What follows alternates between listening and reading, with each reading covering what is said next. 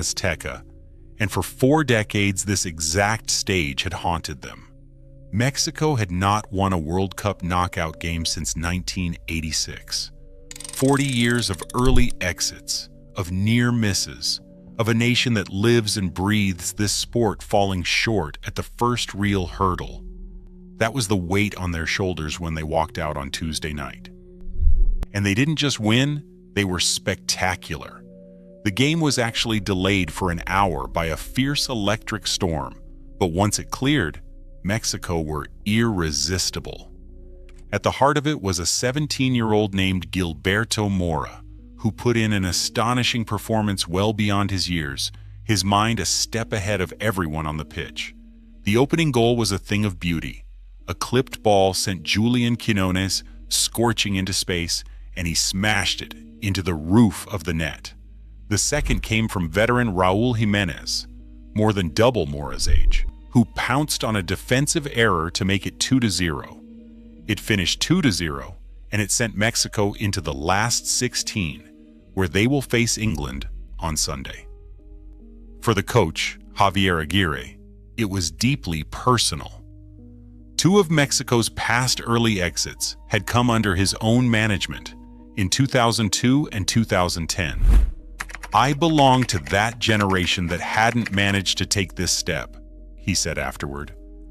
"No victory compares to today's because it happened at home, with our own people. It was, by every measure, a night of pure joy. The Azteca shook, the whole country celebrated, and that's exactly what makes what came next so heartbreaking. Because as the final whistle blew, more than 1 million people flooded into the center of Mexico City. The heart of it was the Paseo de la Reforma, the capital's grand central boulevard, and the area around the iconic Angel of Independence monument. Fans had been gathering there since well before midday, wading through the rain, through the storm delay, just to be part of it. The city had closed off more than 2 kilometers of road, set up giant screens, and braced for an enormous party. But somewhere in that dense, euphoric, packed crowd, celebration turned to catastrophe. According to the city's health department, emergency teams were called to 3 unconscious people at different spots around the Paseo de la Reforma. A 44-year-old man and a 19-year-old woman were given advanced resuscitation efforts, but both died of suffocation. A third victim, a 48-year-old woman, was treated on a nearby street and later died in hospital, also from asphyxiation. And then a fourth, a man in his 30s, taken to hospital with severe seizures, who suffered a cardiac arrest and died. 4 lives gone in the space of a single night of celebration. That word, suffocation, tells you the grim mechanics of what happened. When a crowd becomes too large and too dense, people can be compressed so tightly that they physically cannot expand their chest to breathe. It does not require anyone to fall. The sheer weight and pressure of a surging crowd can be lethal on its own, and it can happen in the middle of what looks from a distance like pure happiness. Local media reported that the deadly crush may have been triggered by pyrotechnics going off in the crowd, causing panic. People started to run, and in that surge, some fell and were trampled. Video that circulated afterward showed the horror of it. People near the Angel Monument trapped and completely unable to move, swaying helplessly as the momentum of the crowd pushed them back and forth. Other clips showed fights breaking out, people on the ground amid a mess of cans, bottles, and spilled alcohol. The contrast could not have been crueler. The cheering and chanting of a nation's greatest football night in decades, and just streets away. Paramedics performing CPR on the pavement. And here's the part we have to sit with honestly.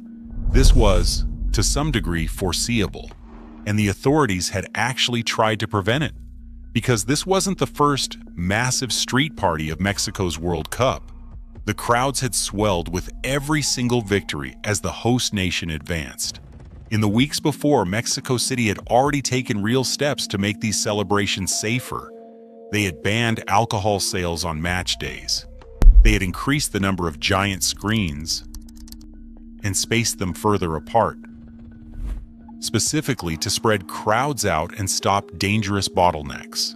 Before this very game, the mayor had openly warned fans hoping to gather at the Angel Monument to go somewhere else, because the crowds there were already too big. They saw the danger coming. They tried to manage it, and 4 people still died. That's the sobering reality here.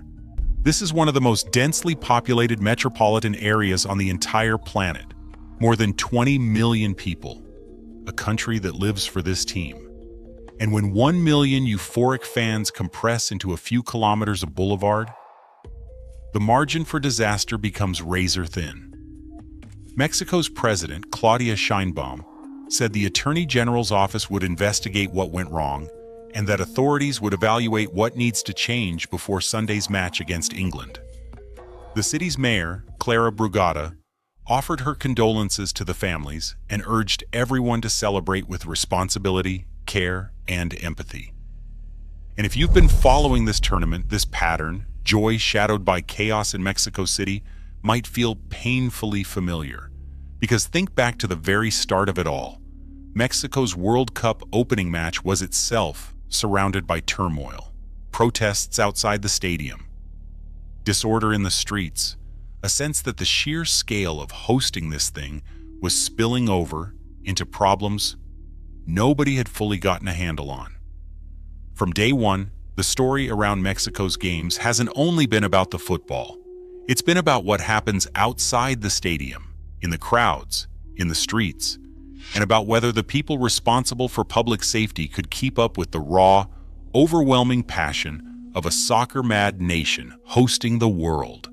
Last night, tragically, that question got its most painful answer yet. So let's be clear about where the blame does and doesn't belong, because it matters. The fans who came out to celebrate did nothing wrong by loving their team. Celebrating a historic victory is a beautiful, human thing. The vast majority of that million-strong crowd simply wanted to share a moment of collective joy with their countrymen. This is not a story about people celebrating too hard. It's a story about crowd safety, about how you protect an ocean of people when an entire nation's dreams come true all at once.